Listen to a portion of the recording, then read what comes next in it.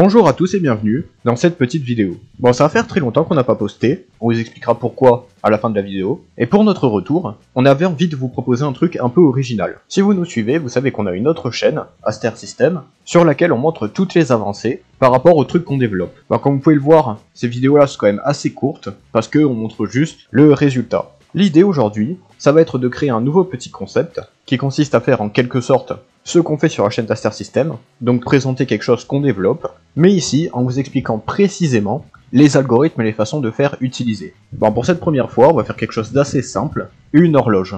Bon, pas en mode calendrier ou en mode horloge Microsoft, parce que c'est pas ouf, mais en mode horloge avec les aiguilles et tout. Aussi simple que ça puisse paraître, en vrai c'est assez hard, surtout depuis rien en C++, enfin depuis rien. Je ne vais pouvoir utiliser que les outils qu'on a déjà développés sur notre chaîne principale, mais rien d'autre. Bon, en gros là on aura assez pour faire une interface graphique, et c'est à peu près tout. Bon, ça va être assez simple pour aujourd'hui. Si vous voulez plus dur, n'hésitez pas à nous le dire en commentaire. Là c'est plus le test qu'autre chose. Et donc bon, maintenant que tout ça c'est dit, c'est parti. Alors commençons par la création brute du projet. Donc je vais utiliser CodeBlock pour faire ça. Un idée qu'on avait déjà présenté dans nos cours de C++ il y a un petit moment déjà. D'ailleurs si vous aviez assisté à ces cours de C++, ces vidéos là peuvent être de bonne révision. Donc si ça vous intéresse, voilà. Bon, je vais appeler le projet Clock, hein, je vais pas m'embêter. Avec une partie debug, une partie release. Et hop, voilà le projet créé. Dans le projet, il va falloir rajouter quelques autres fichiers, qui sont en gros les fichiers nécessaires pour faire marcher notre librairie, qu'on va bien évidemment inclure dans le projet, et qu'on va compiler en vitesse, pour pouvoir commencer les premiers tests. Bon, en attendant que la compilation se fasse, je vous propose de rédiger en vitesse le cahier des charges. On va mettre les trucs minimales qu'il faudrait qu'il y ait dans le logiciel. Bien évidemment, afficher l'heure avec un système d'aiguilles, sinon c'est pas une horloge. Mais aussi modifier l'heure, sinon l'horloge ne sert à rien. Et pour l'instant c'est tout. Donc bon, une horloge assez basique, qu'on va pouvoir commencer dès maintenant. Bon, la première étape bien évidemment, c'est de créer la fenêtre graphique, et dessus, un endroit où on pourra mettre des boutons et tout, donc un affichage, ainsi qu'une boucle infinie, enfin presque infinie, jusqu'à ce que la fenêtre se ferme, pour traiter les événements. Les clics, les affichages, tout ça, tout ça. Donc là voilà notre petite fenêtre. Bon, ça devrait être suffisant pour une horloge. Bon, on pourrait faire mieux, mais c'est suffisant. Et maintenant on va créer la GUI. Donc la GUI, c'est l'endroit où on va mettre les boutons. Bon, un truc qui est tout le temps nécessaire quasiment quand on fait une GUI. Il est toujours mieux d'ajouter une petite bordure, parce que sinon il n'y a pas vraiment de dissertion entre la barre d'en haut et la zone d'affichage, et c'est pas beau. Et bon, dans mon cas, la bordure va s'adapter à la taille de la fenêtre. Bon, maintenant, l'idée va être de tracer l'horloge. Alors comment est-ce qu'on va faire ça? On va commencer par créer un objet sur lequel on va pouvoir tracer l'horloge, donc un objet de l'interface graphique. Bon, et maintenant que je me rends compte, en fait, on peut très bien la tracer sur le même objet que celui qui fait la bordure, en arrière-plan en fait. Comme ça sera plus simple. Pour tracer l'horloge, on va créer une image qui utilise la même technologie que les images PNG habituelles, qui sera du coup la texture de l'objet dont on a besoin. Le premier truc qu'on va devoir tracer, c'est un cercle dans lequel il y aura l'image, un peu comme ça. Bon, ce cercle ne va pas exactement s'adapter à la taille de la fenêtre comme le fait la bordure, parce que par exemple si notre fenêtre est comme ça, et dans ce cas là le cercle aurait besoin d'être un ovale. Là je me suis débrouillé pour qu'il s'adapte à la largeur de l'image, quoique en y réfléchissant, on peut se débrouiller pour qu'il soit un peu plus fixe, en prenant le côté le plus petit. Ouais, ça paraît un peu plus réaliste quand même. Bon, dans ce cas là je vais dessiner cette image à chaque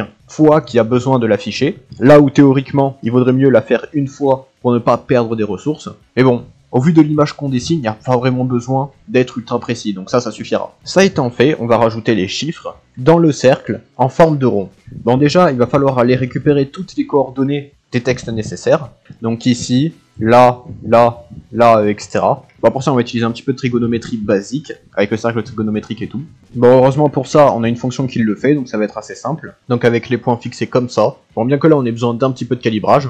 Bon, un calibrage assez simple, puisque en gros, bon, comme vous devez le savoir, le cercle trigonométrique, ça commence ici, et nous, on aimerait commencer ici. Donc hop, juste un petit angle. Et comme on compte quasiment tout en radians, ici, cet angle-là, c'est pi fois 1/3, pour avoir du coup les positions nécessaires. Bon, maintenant, dessinons les nombres, une étape un peu plus complexe. Bon, heureusement, on a tout un système qui permet de le faire dans notre librairie, sinon ça prendrait vraiment très longtemps à faire. Parce qu'en effet, si vous voulez dessiner des nombres sur un ordinateur autre qu'à la main, donc autre qu'en faisant un 6 atroce comme ça, et il faut utiliser des trucs spéciaux, donc les polices d'écriture, et ça, pour le simuler, il existe une bibliothèque qui le fait directement dans le code, et heureusement d'ailleurs, qu'on appelle FreeFont, et qui marche un petit peu comme l'SVG. Donc il va dire, fais un rond, fais une courbe, et hop, vous avez votre 6. Bon, ça, c'est une partie assez avancée quand même du développement informatique. Bon. Du coup, on a développé tout un système pour rendre ça plus simple, et qui nous permet de dessiner ça de manière assez simple. Bon, il y a deux petits trucs qu'on peut remarquer. Déjà de 1 ça commence à 0 alors que ça devrait commencer à 1. Ça c'est tout simplement parce qu'en informatique, le premier nombre qu'on peut utiliser c'est 0. Et donc là le premier c'est 0 aussi. Donc il faut juste rajouter un plus 1 quelque part et hop c'est bon. Et le deuxième c'est le fait que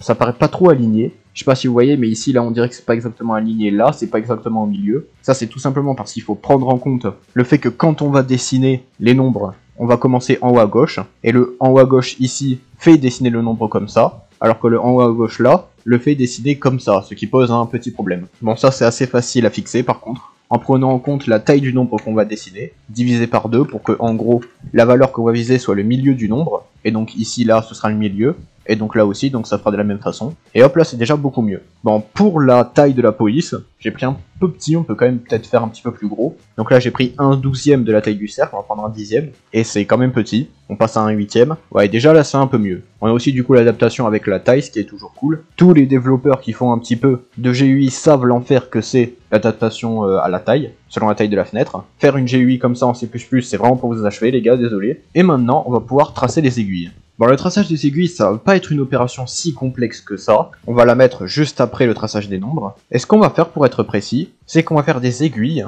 de la forme d'un losange. Pour trouver précisément l'endroit où tracer le triangle, donc là on aura besoin de 2 points. On pourra facilement déduire les autres grâce à ces 2 points. On va encore une fois utiliser un peu de trigonométrie basique, ce qui va nous permettre d'avoir le point nécessaire. Bon pareil, il peut parfaitement s'adapter à la taille, donc pas de problème. Bon maintenant il va falloir dessiner les triangles, ce qui en vrai ne va pas être si dur que ça. Ce qu'on va faire pour obtenir les bons points et de manière rapide, c'est utiliser un peu d'algèbre linéaire. Donc en faisant des opérations directement avec les vecteurs, ce qui est tout à fait possible même en programmation d'ailleurs, qui va nous permettre du coup d'obtenir toutes les coordonnées nécessaires pour chaque point du triangle. Bon bien évidemment c'est des maths un peu plus complexes que ça, mais la partie vraiment complexe, c'est le code qui s'en charge, ce qui nous permet d'obtenir une forme comme ça. Bon, en faisant une petite modification de rien du tout dans le code, je peux même faire le test de faire tourner l'aiguille pour voir ce qui se passe et on peut voir que l'animation est parfaite. Bon, pour des raisons de simplicité, je vais casser un petit peu le code pour le rendre plus simple, et hop, là l'aiguille est bien meilleure. Bon, elle va un peu vite, mais bon, ça c'est que pour le test. Et il nous faut aussi rajouter les aiguilles de minutes et d'heures, en pensant bien d'ailleurs à les rendre un peu plus petites.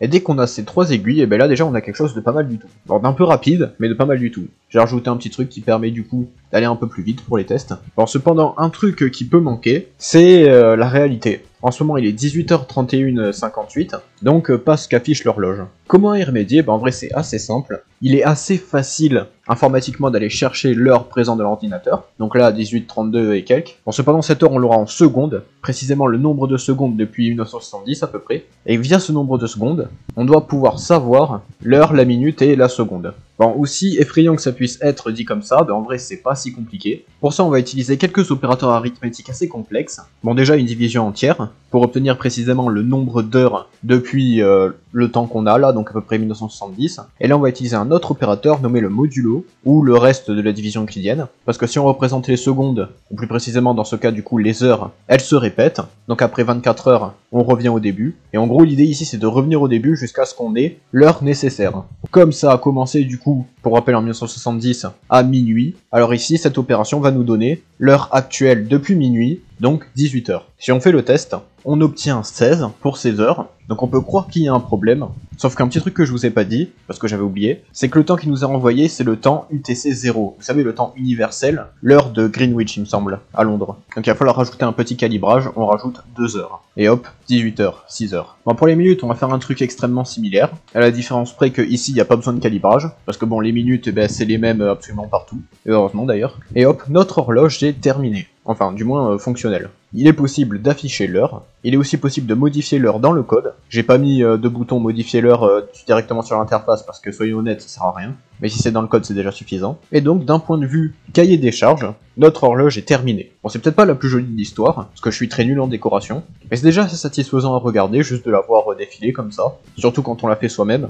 En plus, ça va passer hop, 18h45, exactement au même moment, ça c'est cool. Bon, une réalisation assez satisfaisante, qui a été assez cool à partager avec vous. Donc du coup, sur cette vidéo, je t'en plus, n'hésitez pas à vous abonner et tout et tout. Bon, c'est la première fois qu'on tente de faire un truc un peu comme ça, surtout parce qu'on a pris un peu de retard sur la réalisation de cette vidéo. Ça aurait dû être complètement autre chose au début, enfin complètement autre chose. Le même concept mais pas avec une horloge. Bon au final ça a été un gros échec, donc on a fait une horloge, c'était plus simple et plus rapide. Peut-être aussi mieux pour introduire le concept. D'ailleurs on vous donne des explications pour tout ce temps où on n'a pas fait de vidéo. D'un point de vue IRL, c'était assez complexe en vrai, donc impossible de faire de vidéos sur le serveur système Learn. On a pu maintenir les shorts, mais ça a été très dur même, mais on a quand même réussi. Mais bon, maintenant, on devrait réussir à être de retour. Bon, bien qu'elle soit pas super jolie, hein, soyons honnêtes, c'est déjà bien d'avoir réussi à la faire en si peu de temps, et c'est surtout ça qu'on va retenir pour aujourd'hui. Donc je te souhaite une bonne journée, une bonne vie, une bonne étude du temps qui passe, et sur ce, je vous dis à plus.